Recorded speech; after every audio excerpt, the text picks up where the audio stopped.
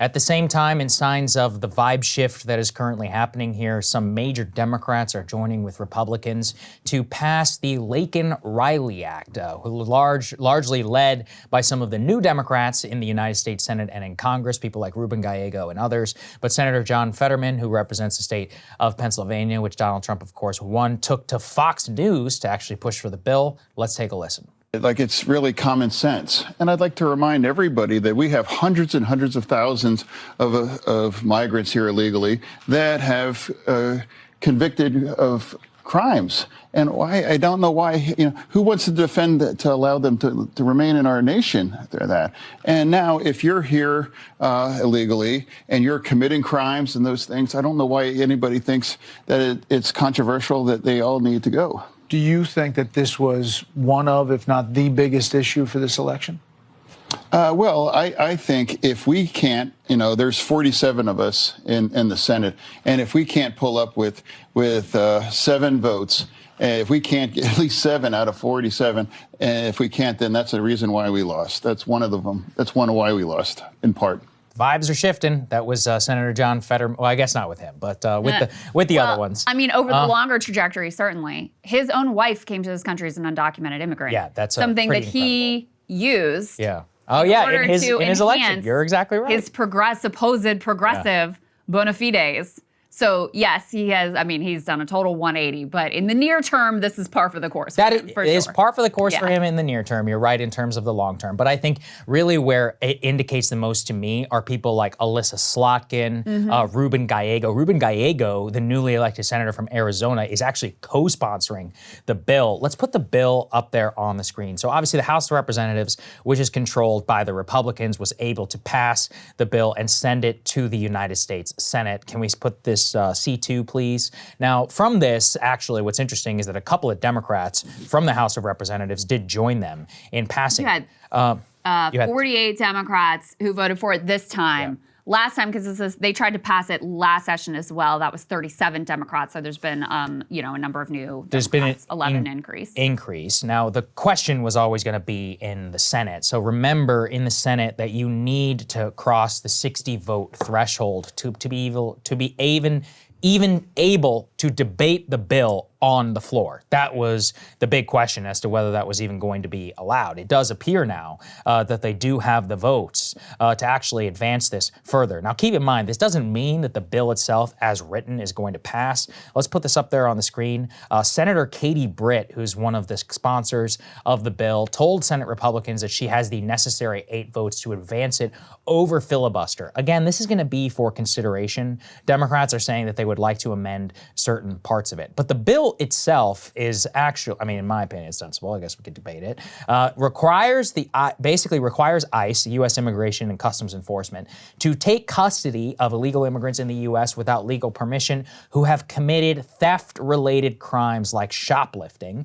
Current U.S. law says that the people who should be most prioritized for deportation are those convicted of a felony, but not necessarily of minor crimes. So the name of the bill is related to Laken Riley, who was, of course, killed earlier in 2024 by a gentleman who was who had been arrested previously in a nearby apartment building, it appears, after the commission of this horrible crime. So the point is that this is a vibe shift, quote unquote, and because this was a bill, as you said, Krystal, that previously had not achieved as much Democratic support, but now actually does look like it is going to pass the United States Senate in some form. We're not exactly sure what form that is. I'm sure there'll be amendments and fights there, but the fact that it's even getting to the floor, this would be one of the most significant changes to ICE enforcement policy I don't think policy on this has changed since the Obama era, just to give people an idea. And Donald Trump is not even the president of the United States yet, and will be in some 11 days. So it's extraordinary the fact that it's even going to go to the Senate floor.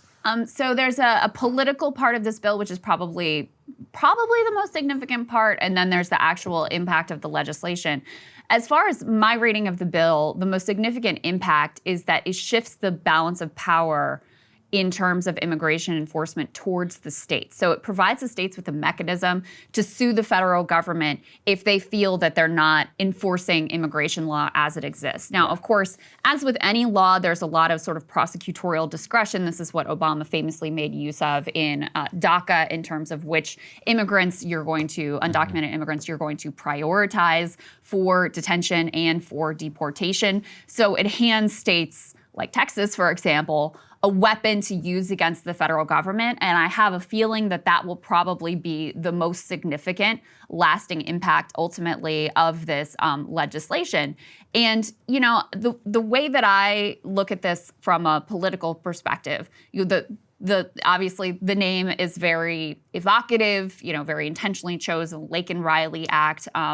This is part of the Trump and Republican narrative about what is ailing the country, right? In the Trumpian frame, one of the biggest problems is immigrants who are stealing your jobs, committing crimes, et cetera, et cetera. Obviously, this is not a frame I agree with. This is their frame.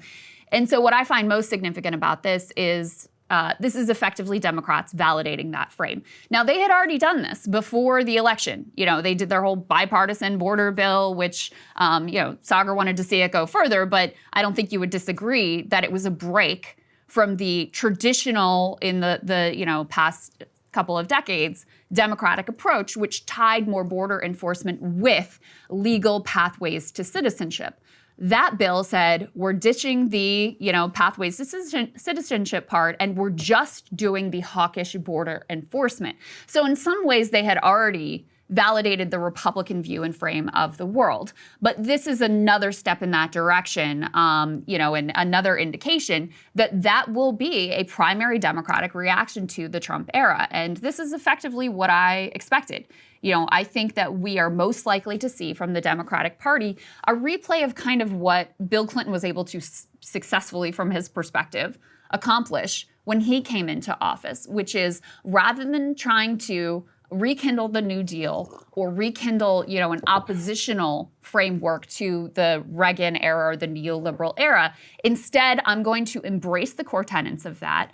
I'm going to, you know, do a Democratic version of that. And in some ways, his version was even more far-reaching because he had this Democratic brand behind him. And, you know, for him personally, it was electorally successful. It ultimately led to devastating Democratic losses in rural areas and, you know, the situation that they find themselves in today. But it was, for him, electorally successful. And I think, you know, this is an indication that that is effectively the direction the Democrats are going to go. And they're going to embrace more or less the Trumpian frame of the world. They're do their own sort of like, you know, potentially kinder, gentler version of it. And the era of, you know, total Trump resistance, the era of trying to articulate a competing view of the world, that era likely is past. Now, this will all shake out in terms of the Democratic primary in, you know, the next presidential election. I'm sure there will be a fight amongst the factions and how they want to respond to the rise of Trumpism. But, you know, so far, this is where the bulk of the momentum is within the Democratic Party and with their aligned media class, which is almost as important and as significant here. And that's why the Zuckerberg news and, you know, Elon controlling Twitter and the LA Times doing what they're doing and the Bezos-owned Washington Post doing what they're doing, and all of the social media giants effectively lining up to kiss the ring with Donald Trump. That means that, you know, the media ecosystem is also aligned very much with what you describe as a vibe shift. That's part of what, but I just can't get away from what else are you supposed to do? Trump won the election. What argument are you going to make? People who shoplift, who are here illegally, should be in the country? That's crazy. I just don't think anybody can agree with that. In the past, they always fake it. They're like, oh, well, it's cruel or whatever, and then they'll focus on child separation as if it has anything to do with a guy who murdered Laken Riley, who previously had been arrested for theft in the state of New York, and some other thing, eventually was released, goes on to murder her. I think this is an indefensible policy. Like, if anything, this has just revealed like the veneer of how the architecture of like all this language that people basically use to justify tens of millions of people coming here illegally. And when people vote for a popular mandate for somebody who has now won the popular vote, who explicitly ran on mass deportation, like, I just have no idea what counter argument you're supposed to make if you're a Democratic politician. I mean, Ruben Gallego was literally elected with the counterargument to Carrie Lake by saying, I'm the serious person who will help Donald Trump. I mean, in a certain sense, there is a democratic argument here to be made of like, this is genuinely what people want. And look, people have made the immigrant argument, the illegal immigrant argument now for 25 years. And I think people have rejected it correctly, in my opinion. I'm gonna talk a lot about this in my monologue, but if you really understand like the way, I mean, look at California, what it is right now. Does anyone say this is a well-run state? Part of it is that they focus on bullshit like passing sanctuary city laws, which say that they're not gonna cooperate with ICE. I mean, this was like an in vogue policy for what, 2012 to 2000, probably like 2019 or so. And I think it's having devastating consequences. A lot of these people came to bite them in the ass because Republicans smartly just shipped a bunch of them to these cities and they're like, okay, you deal with it. And then of course what happened? The population was like, oh my God, we can't deal with this. This is crazy. You know, in a sense, you kind of reap what you sow. So, I mean, I just don't think it's an argument. I think it's a reality problem. Biden changed the status quo more than any president in modern American history.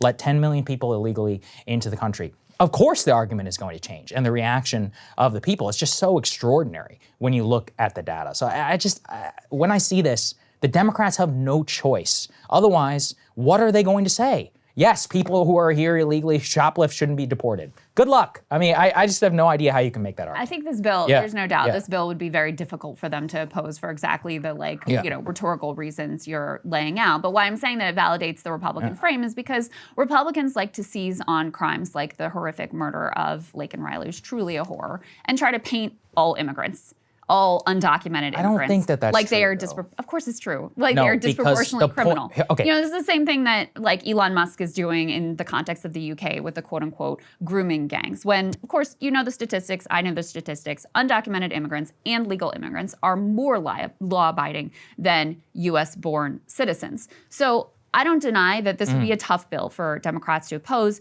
given the election results, given where the public is on this issue, et cetera. But I also don't think it's quite as one-dimensional as you portray it, because on this issue, like on many issues, but I think this one maybe in particular, what you get from the public really depends on how you ask the question. So still, if you ask the public, are immigrants a net benefit to society? They say yes. Still, if you ask the public, you know, should there be a pathway to citizenship for people who are here who are undocumented? The answer is yes. So there is, in fact, a broader, zooming out from this bill, a broader case to be made. That is, yeah, of course we should know who's coming into the country. Of course there should be, you know, a border secure that we can make sure that people who are criminals are not coming in willy-nilly, et cetera, et cetera.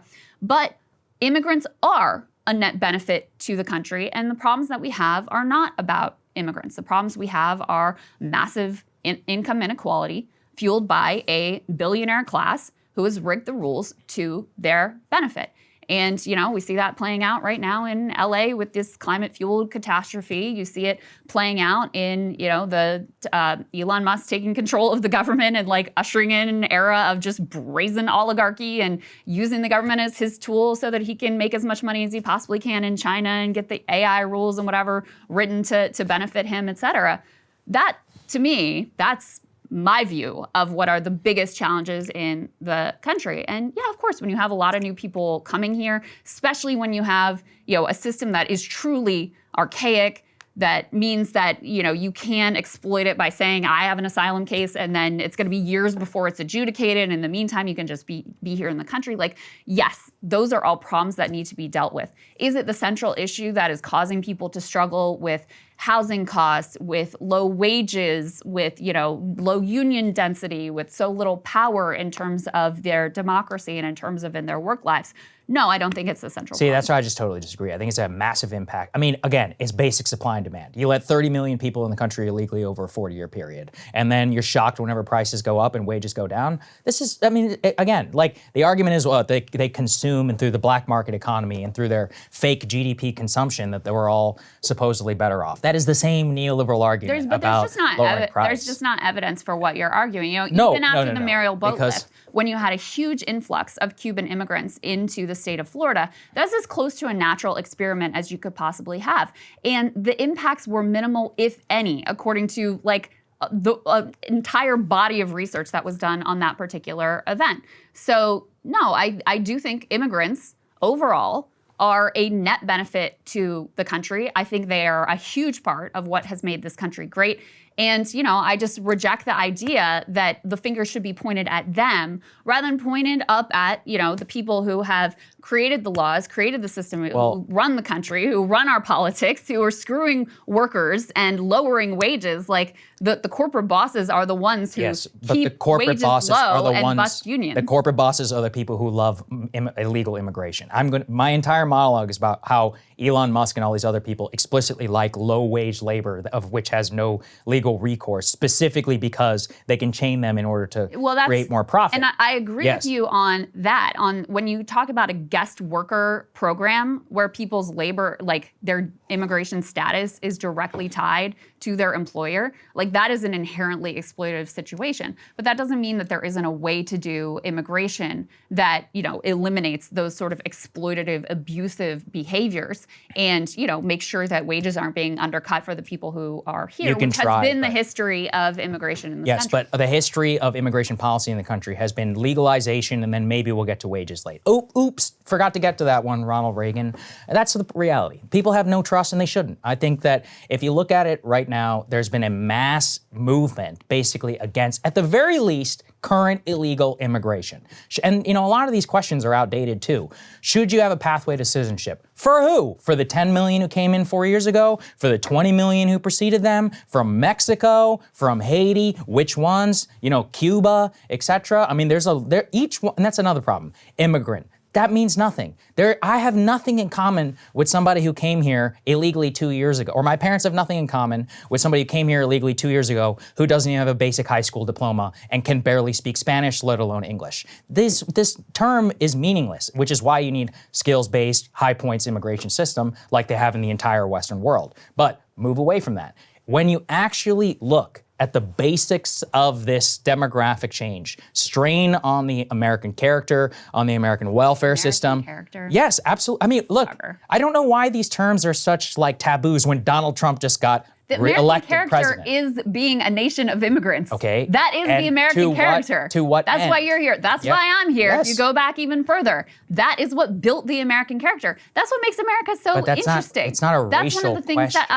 That's one of the things that is most like, when I feel pride in this country, it's when I watch things like the Olympics and you see this incredible rainbow of people from all over the world who have come together in this country and have made it what it is. That's part of what makes it so different from Europe, where you do have more of this, like, ethnic-based, blood and soil type of ingrained nationality. That's never been what we are about. And that's what has made this country so innovative, so dynamic, and given it its best character and quality. So I don't know why, at a time when, a lot of the parts of this country are sort of like crumbling and lacking in dynamism, why you want to close the door to the thing that has made us such a dynamic, great power. Because the people who are coming here are coming, the people who are majority coming here are low skilled. Now, I mean, look, you talk about the American character. Do you think part of the American character should be speaking English? Yeah, I think so. Should be, you'd be like educated and not a net loss on the economy? Yes, I think so. These are all like basic questions that have nothing to do with race, nothing to do with blood and soil, or any of this other stuff. And again, I would say, America has not always been just vast open door to everybody. We've had several periods in our history, correctly, in my opinion, where we did shut the door for a long time. There's a reason they shut the door in the 1900s, because we were basically... Eugenics was popular, and it was a bill crafted by literal eugenicists. I mean, Krystal, the reason that you're considered white, quote unquote, is because of that.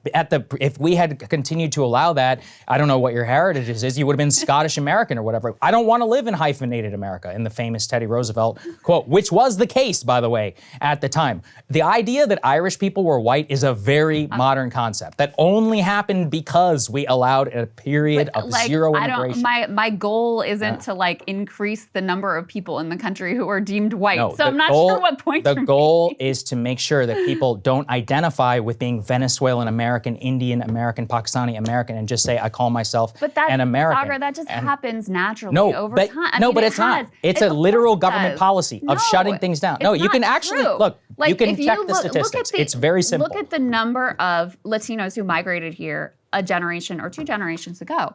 They just consider themselves like Texans, I agree. right? They And it took a completely long assimilated. They're voting time. for Donald Trump and associating with the Republican Party. It didn't take a long time. It takes usually like one 40 generation. years is a long time. And this happens naturally. And no, it wasn't an official government policy. This is just what happens when you live in a country and you live in a place and you go to the local schools and you assimilate into the nation. That's been the story of our entire history, whether it was Irish immigrants or Italian immigrants or Germans or Polish immigrants or now Mexican immigrants. That is just, or Indian American immigrants, right? Like that is just the natural flow of how things happen when you come and you live in the country and you imbibe. I think you're calling it natural when it was an intentional government choice to immediately shut down immigration for a 40-year period to encourage assimilation. The point that you're making about Latinos is exactly what I mean. "Quote unquote white Hispanic," fake term that they created for themselves. I don't care, that's fine. But it took 40, 50 years of the Chicano, Texacan, whatever identity to be created. And the fact that those people also voted for Donald Trump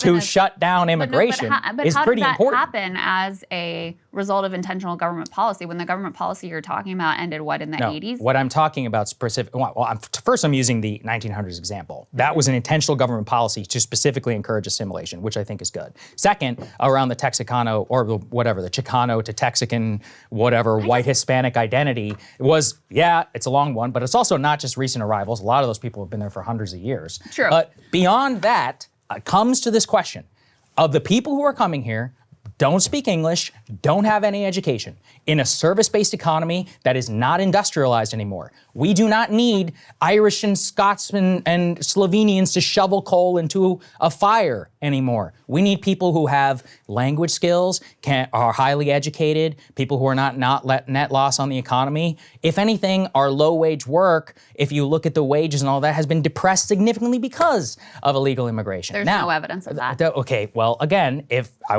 as you can see in my natural H-1B experiment, yes, it is true that Goldman Sachs and others, people who have been quote-unquote unable to find that. However, Harvard University's George Boras, who again I've cited many times from 2017, has significant evidence on that. So we can debate the studies or whatever if you want. All of the reliance on immigration is good for America. It says that it increases GDP because they buy stuff. That is just completely ridiculous.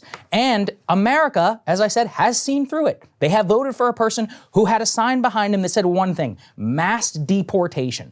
I just don't see at this point how the argument cannot be, I mean, if in a sense you're almost saying it in a way, you're like, yeah, we have to control the border. We need this, we need that. And we can have debates over the levels of immigration. Mm-hmm. But if you see right now, the vast preference and the median of where things are is significantly away from where the Democratic policy was, which was a wide open door, let anybody in, have no enforcement. True. No, it is true. Not it is true. Then how did 10 million people arrive here in a 4-year period? How many people got deported under Joe Biden? How many people got deported under Barack Obama? Joe Biden actually deported more people than Donald Trump did when he was in office. So what? Now, you're right that the percentage is different, but it's not like any of these people have ever been open borders. There is not a single member of Congress who supports an open border policy. So don't caricature it. That's all I'm asking. Okay, so if 8 to 10 million people come here illegally and 2% or whatever get deported, what do you think that means? 98% of the people who arrive here. But Saagar, my point is we should know, but I think the question isn't should we control the border? Of course we should. The question is how many people can the country accept? What is beneficial for the nation? And I just don't agree with your arguments that number is zero. I don't agree. Matter. I don't fetishize this like everyone must assimilate immediately. It is a process that happens naturally over time. I do think that immigrants, even people who come here not speaking the language and not having a Ivy League education, no, not Ivy League. that they're high school education. That they're beneficial to the country, and that is what the overwhelming bulk of the research shows. So should they come in here in these like exploitative H-1B processes that ties them to employer? No, of course not. And that is exploitative to them and does undercut the workers that they're competing with in that industry, as we've seen with these tech layoffs. But if you look more broadly at the immigration system, yes, they've been a net benefit. I think you and your family have been a net benefit to the country. I'm glad you're here, Saagar. I appreciate that, but the point is, and this is why I personally find it offensive, I don't want to be looped in with somebody who doesn't have But why not? Because I have nothing in common with them. Who have incredible That's the only thing we have in value common. and potential. We're and both talent. humans. And That we they'll should be able evaluated to as more individuals. Fully realize their capability and in this They great can nation. do that in Guatemala or No, Venezuela actually, or oftentimes Haiti they or where can't. else. And that's oftentimes their the problem. reason they can't is because of the way that we've sanctioned and screwed those countries over too. Again, if we're going to argue that policies from the 1980s are now so No, not the cascading. 1980s. When did we stop intervening in Haiti? Well, We're doing it right now. All right, okay? so when did we stop sanctioning Venezuela? case We're by doing it case right now. I'm not talking basis. about back, in Ronald Reagan or under Dwight Eisenhower or whatever. I'm talking about literally right now. But even putting that aside, we should be glad that people want to come to this country. Yeah, it's nice. We are fortunate. That doesn't mean they get to come And here. the same people who are out here obsessing about the birth rate declining and, oh my God, this is going to be the end of the civilization are the same ones who want to close the door to people who want to come here. It is a problem if a country has a low birth rate and, you don't have a productive workforce. So we're lucky that we have people who want to come here. And, I think that the Democratic Party should be making that argument. I think there should be an oppositional view. And, yes, immigration was an important part of this election. I don't think anyone could possibly deny that. But there was no one making the counter case. The Democrats have been making that counter case for years at this point. They have not made that counter case for years at this point. And, I think that has been already a political disaster for them. It certainly did not help them in the context of this election. And I just also happen to think it's wrong. So no, when I have principles and something I view as correct, even if it is on the wrong side of public opinion, that doesn't mean I'm just going to abandon those principles and stop making that case. But that is what you're asking people to do. What I'm saying is that electorally, if you want to win an election, I wouldn't run on that. And I think that's important. I think the will of the people here actually matters. Now, but Joe Biden did run on that in 2020. He did run on that alternative view, and he was successful. So, are we really going to say he won because of immigration? That's just it didn't cause him to lose. It wasn't and Trump was certainly making the opposite case, and it didn't cause him to lose. And in fact, the last time Trump was in office was when we had some of the highest supports in history for increasing the amount of legal immigration. So, maybe people feel a certain way right now. People's views are complex. They're not ideological in the way that we are. And even on this issue at this moment in time, polls show their views continue to be complex. They continue to value immigrants as a part of the country. They continue to believe that they bring more positive than negative to this country. So, I think there is an opportunity to make an alternative case about the benefits of, net positive migration done the right way. I just think Democrats have decided that they are not going to make that case. Argument can only be made when there's actually secure law enforcement at the border, when people here are illegally, for example, who murder a girl named Laken Riley, get, maybe deported when they're arrested here before they can commit a crime like that. And look, just to return to the core of illegal immigrant crime, the reason why it gets a focus is they're not supposed to be here. The point is that it's a crime that was never supposed to happen, an actual preventative crime, as opposed to a natural-born U.S. citizen, when the way that we adjudicate and look at that. So even this whole talking point about, they commit less crime, first of all, no one even knows that's true. I can't even tell you the number of people who are here illegally. So how are you supposed to compute proper crime statistics? If you look at states, many of them don't even say the immigration status, et cetera. All of this is anecdotal. So the true stat basically doesn't exist. But again, at a philosophical level, whenever something happens that was supposed to be prevented, and then it does happen, you can't say, it's fine because, even though it was supposed to be preventable, that there's all these other reasons why it's okay. People naturally understand that. That's why they look at, the fire hydrant thing that we talked about today, or with illegal immigration crime. That's a reason it's in a special and a different class than people who are here naturally, nor U.S. or legal U.S. citizen. There was an actual process. So that's where I would say on that one. But if you want to propose the views that you're proposing, it only works, as it has in the past, when there is order and a sense that this is something that is being used to the benefit of the country. Mm-hmm. The H-1B process, which I'm talking about today, it passed in 1993. What was happening in 1993? Not a bunch of mass illegal immigration. There was a big question about the dot-com boom, and they had all this optimism about America. That's the nature of the country that you need to be able to pass something like that. Or even if you want, 1 million people per year, I think that's crazy. But look, if you want to make that argument, fine.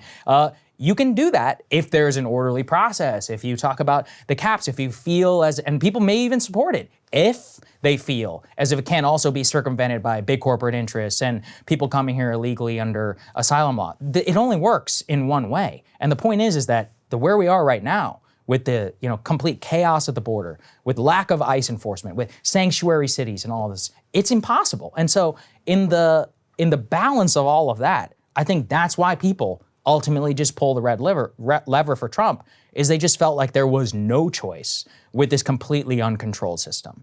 And so, look, I mean, this is step one, I think. We'll see if they go along with some of the other stuff. My prediction is no, they're gonna start screeching any minute now. But, the point is that when you don't have any of that, and already it's a titanic task to impose order and all of that at the border, you can't have any even of the discussion that we're having here. I just don't think it's possible, democratically especially, because for them, the chaos and the feel as if there is no controlled system of no even democratic will or say over who or say gets to come here, that just lost in the vacuum of what we've had in the last 10 years. To have more control at the border is to have more legal pathways for people to come. Okay, but and the more that presumes, it's true, but it's true. The more that you try to just totally close the border, the more illegal. I mean, it's just like with drug legalization. That's like the more you try to crack down, the more you're gonna. US law. It's exactly what happened with prohibition. The more that you crack down and try to ban alcohol, the more criminal gang activity you ended up with. And it's the same thing with the border. The more that you have it completely shut and absolutely impossible to come here if you have. So we're going to let foreigners determine our immigration levels? No, because it's positive for the country. So I do think that one of the things that people react strong to is this sense of chaos and like we don't have control. And one of the ways to have actual control and be able to do this is to have more legal pathways for people to be able to come through here through an orderly process. No one wants to go with some coyote and risk their lives, et cetera, et cetera. So if you have a legal pathway to do that, people will avail themselves of that. And then guess what? You will know who's coming and be able to evaluate them and their criminal record. I think the bad news is that if we do have a legal process, none of these people are going to be allowed in.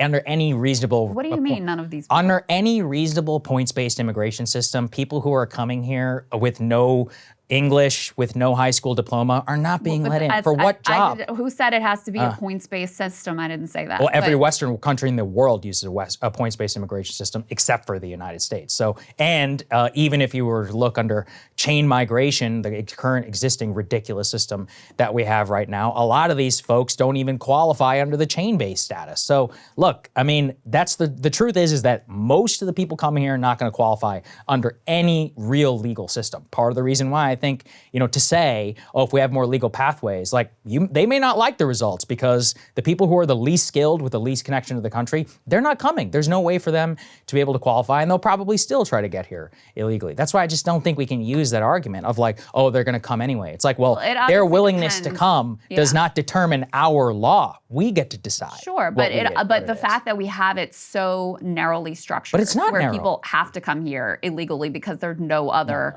narrow. possibility. 1 million people come here a year legally. That's not true. I mean, under chain-based immigration, we have 100,000 per year. It very much depends on where you're immigrating. Yes, that's from. true. And so, if you are from a certain country, it's going to be nearly impossible to come through any sort of legal pathway. So in any case, just last piece on this, on the Democratic vibe shift and the way that they're approaching the Trump administration so different than they did last time around. If we can put this last piece, C5, up on the screen from Chuck Schumer. He says he's going to work with Trump on renaming the Gulf of Mexico to the Gulf of America if he will work with Democrats on lowering costs. Okay, yeah, I won't hold my breath on that. But, it just does show the elites in the party have decided that capitulation to Trump and doing the Joe and Mika trip to Mar-a-Lago, the Mark Zuckerberg hostage video, the Tim Cook $1 million to the inauguration fund, that's basically how the heads of the Democratic Party have decided to approach the Trump administration as well.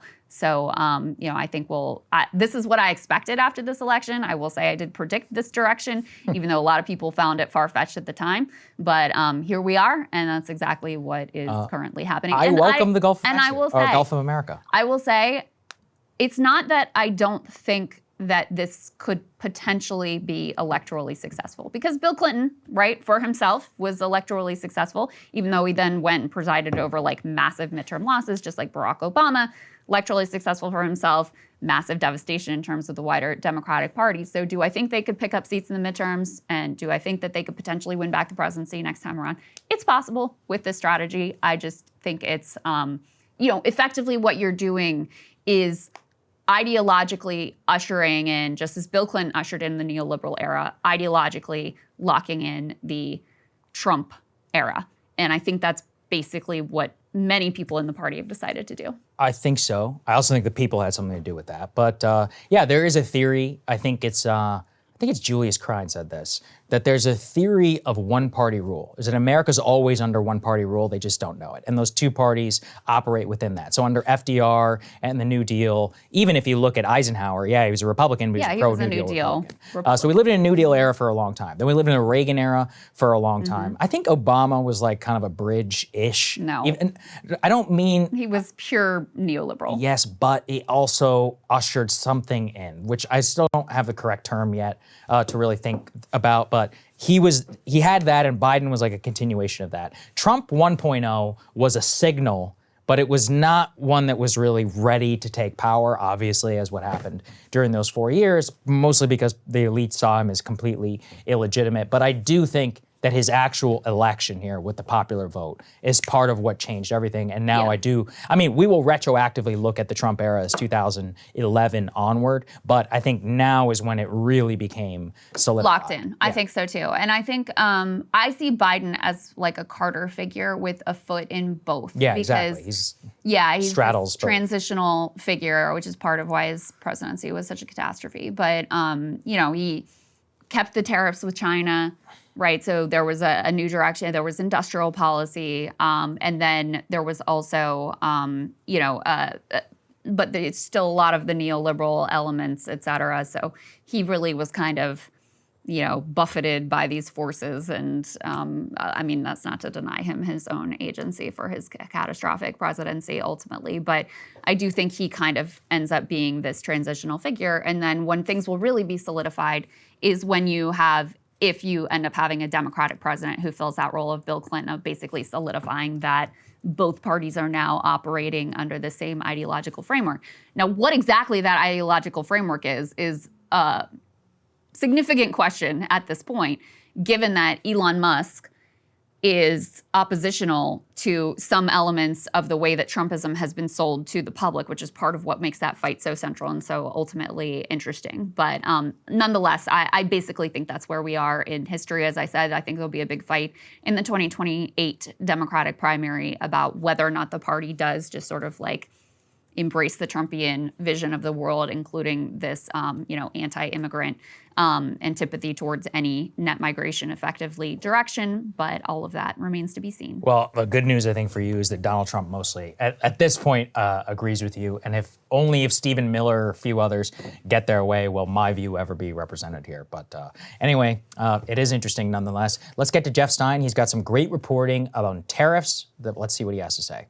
Hey, if you like that video, hit the like button or leave a comment below. It really helps get the show to more people. And if you'd like to get the full show ad-free and in your inbox every morning, you can sign up at breakingpoints.com. That's right. Get the full show, help support the future of independent media at breakingpoints.com.